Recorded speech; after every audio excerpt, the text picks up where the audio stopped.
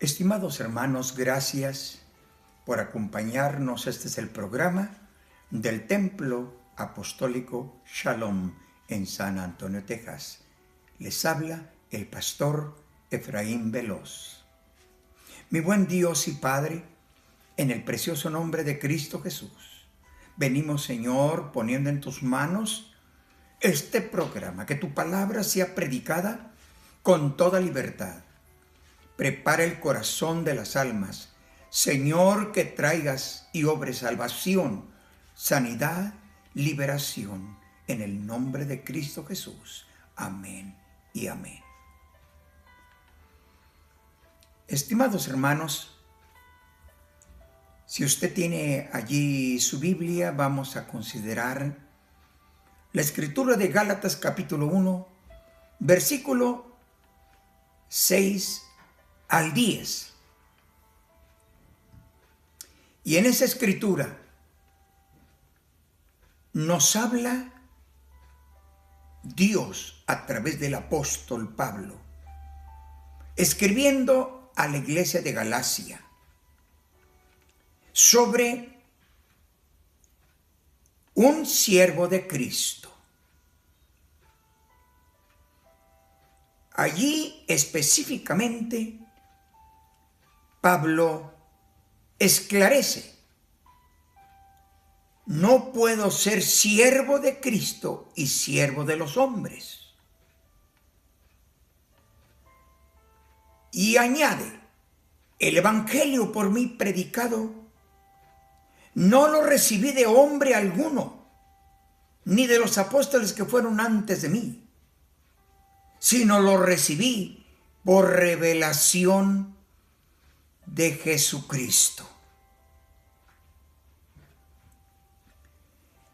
Pablo fue muy claro para hablar con relación a el ministerio que desarrolla un siervo de Cristo, siervo de Dios, un obrero de Cristo, un obrero del Señor, un predicador del evangelio,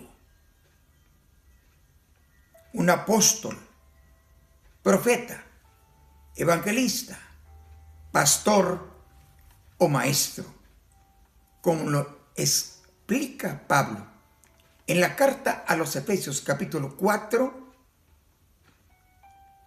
Allí específicamente menciona sobre los 5 ministerios, y a los 5 ministerios siempre aclaraba que el Señor había establecido estos ministerios para edificación, unificación y perfección del cuerpo de Cristo. Cuando hablamos acerca de un siervo de Cristo, al primero que se identifica como siervo de Cristo es a nuestro Señor Jesús. Como un siervo de Jehová, siervo de Dios.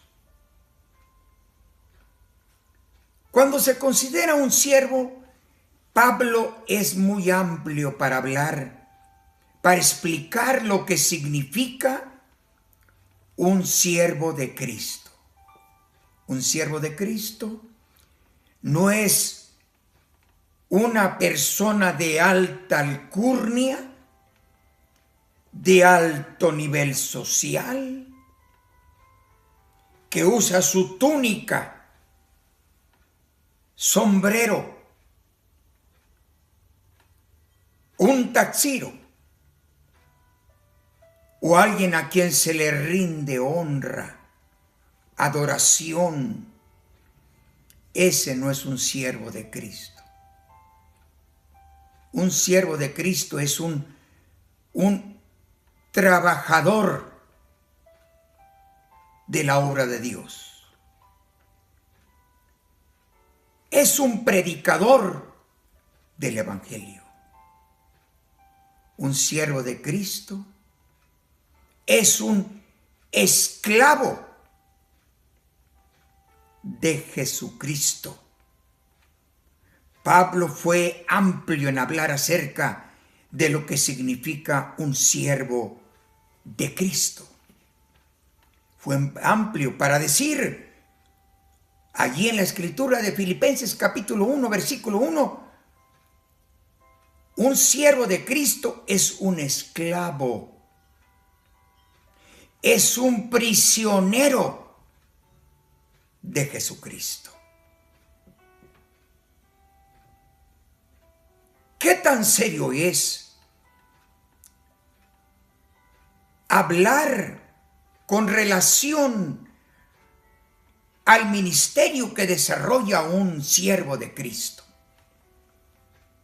Segunda de Timoteo capítulo 2 versículo 14 y versículo 15. Allí específicamente esclarece que un siervo de Cristo es uno que no contiende en palabras. Es un obrero que se presenta a Dios aprobado. Un siervo de Cristo es alguien que sabe trazar bien la palabra de Dios. Ese es un siervo de Cristo.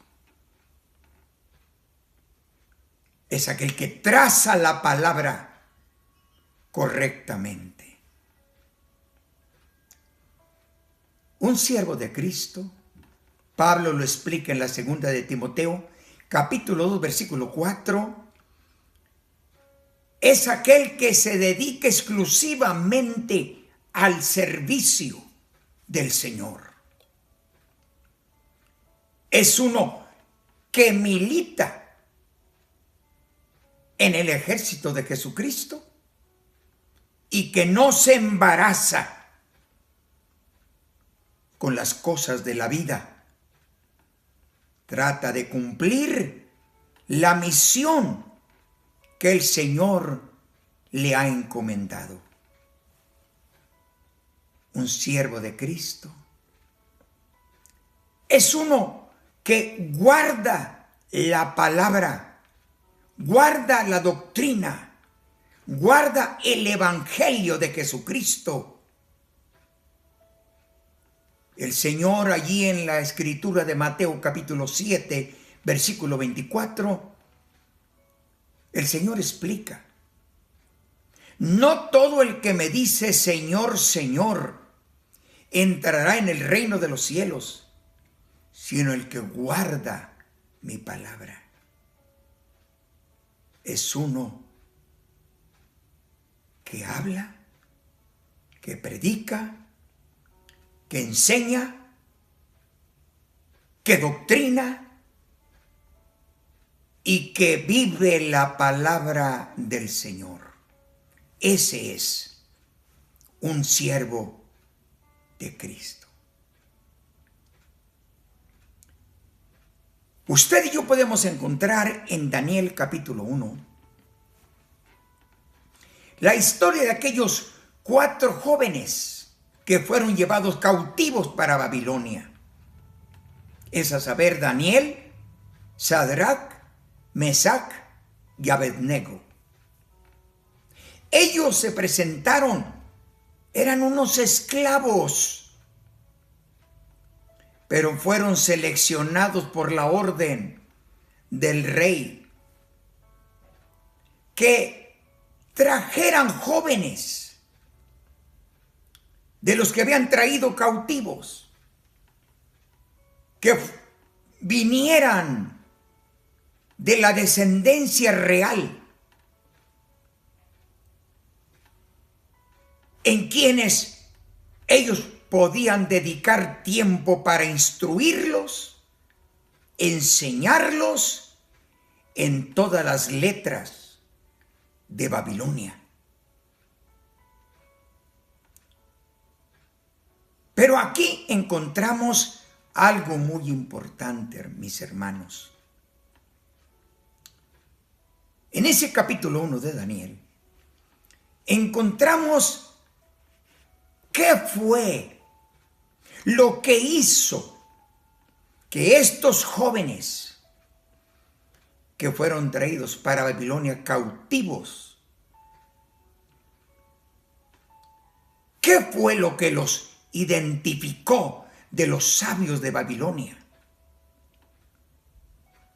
Para comienzo de cosas, se les dio orden al jefe de los eunucos que les dieran el alimento de la comida del rey, que estuvieran bien nutridos,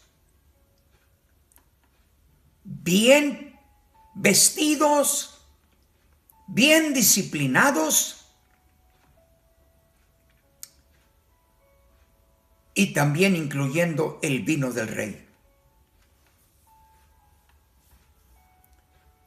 Pero Daniel, junto con sus otros 3 compañeros, propusieron, note usted lo que dice ahí el versículo 8, propusieron no contaminarse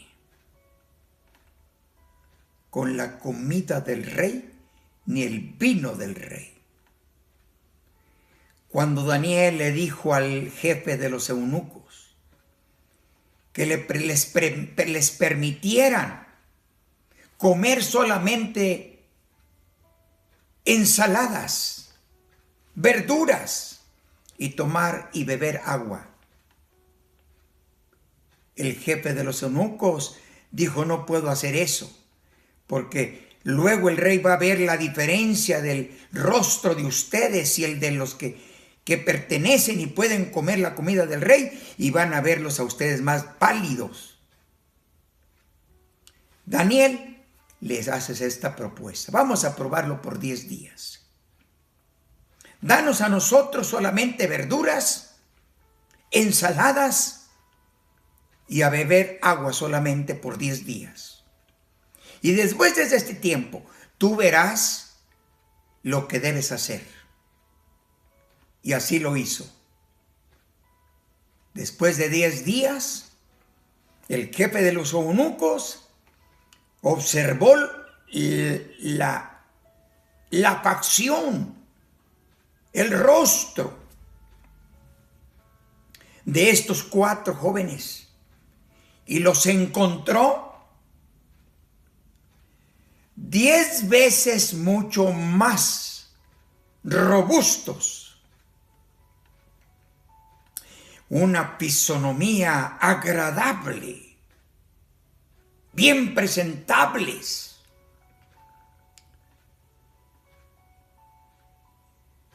Y la educación y lo que ellos estaban aprendiendo de las lenguas de Babilonia los encontró mucho más inteligentes que los otros. Ellos continuaron con esa clase de alimentación, la bebida, bebiendo solamente agua. Y note usted la historia de estos 4 jóvenes. Los encontraron 10 veces más inteligentes que los sabios de Babilonia. No eran las verduras, no eran las ensaladas y el agua que bebían. Todo esto era el resultado de que ellos habían determinado no contaminarse. Cuando un hombre y una mujer toma esta determinación, un siervo de Dios, un predicador, un siervo de Dios para que predique el evangelio, él propone en su corazón no contaminarse con el mundo, va a aparecer su fisonomía, su conocimiento. De pronto el mundo va a darse cuenta la diferencia de aquel que propone no contaminarse con el mundo. Y un siervo de Dios que se identifica como siervo de Dios, como siervo de Cristo, no solamente es aquel que traza la palabra de verdad con rectitud, no solamente es aquel que milita en el ejército de Dios y no se embaraza con las cosas del mundo. Es uno que guarda y obedece los mandamientos de Dios y guarda los reglamentos que el Señor nos ha dejado para nuestra práctica. Más que todo, son aquellos que proponen en su corazón no contaminarse con el mundo. Esto es lo que en realidad, lo que la palabra de Dios dice con relación a lo que significa un siervo de Cristo. Es un servidor. Es alguien que se pone como ejemplo para servir, para ayudar, para cuidar del rebaño del Señor. Si usted se fija y usted lee la Escritura y el testimonio de Daniel capítulo 4, usted se va a dar cuenta que el buen siervo de Dios no compromete sus principios. De pronto, cuando pensamos en no compromete sus principios, de pronto nos damos cuenta que hay mucho de eso en el mundo en que vivimos. Ministros, siervos de Dios, evangelistas, que comprometen sus principios por interés de dinero, por interés de encontrar ser agradable al mundo, a la carne. Y eso no es un siervo de Cristo. Un siervo de Cristo no compromete sus principios. Vea usted el capítulo 4. Cuando el rey ordenó que se construyera aquella estatua y todo mundo debía de inclinársele. Al sonar los instrumentos deberían de inclinarse, arrodillarse. Pero aquellos siervos de Dios que habían propuesto no contaminarse con la comida del rey, ellos no doblaron sus rodillas ante la imagen, aunque fue orden del rey. Fueron y le dieron la queja al rey. Ellos no comprometieron sus principios. ¿Qué Dios podrá usted librarlo de mis manos? Si ustedes no obedecen mi mandato, les vamos a dar un buen castigo. Y ellos a ninguna manera, ellos contestaron al rey: sepas, oh rey, que a la imagen que tú has edificado no adoraremos, porque el Dios a quien nosotros servimos puede librarnos. Y si no nos libra, de todas maneras, no adoraremos a la imagen que has construido. Este es un siervo de Dios. Este es un siervo de Cristo. Mis hermanos, a costo de ninguna cosa, comprometamos nuestros principios. No importa que nos ofrezcan ganancias financieras, por ningún motivo. Debemos de ser íntegros en la palabra de Dios, que tracemos la palabra con verdad, que por ningún motivo nos embaracemos con las cosas del mundo. Nosotros, un siervo de Dios o un siervo de Cristo, jamás va a esperar que lo anden levantando, que le hagan todos los honores, que le den todos los respetos. No, señor, y no, señora. Ese no es un siervo de Cristo. Un siervo de Cristo es aquel que guarda la palabra de Dios. Un siervo de Cristo es uno que propone no contaminarse con el mundo. Es uno que no compromete su fe, sus principios, como escribe Pablo a Timoteo. Con relación a la doctrina, ten cuidado de ti mismo y de la doctrina. Haciendo esto, asimismo te salvarás y salvarás a los que te oyeren. Padre maravilloso, en este momento estamos delante de ti, Señor. Te pido tu misericordia y tu bendición para el ministerio que tú has escogido en este último tiempo. Apóstoles, profetas, evangelistas, pastores y maestros, hombres y mujeres que se han dedicado al servicio de tu obra.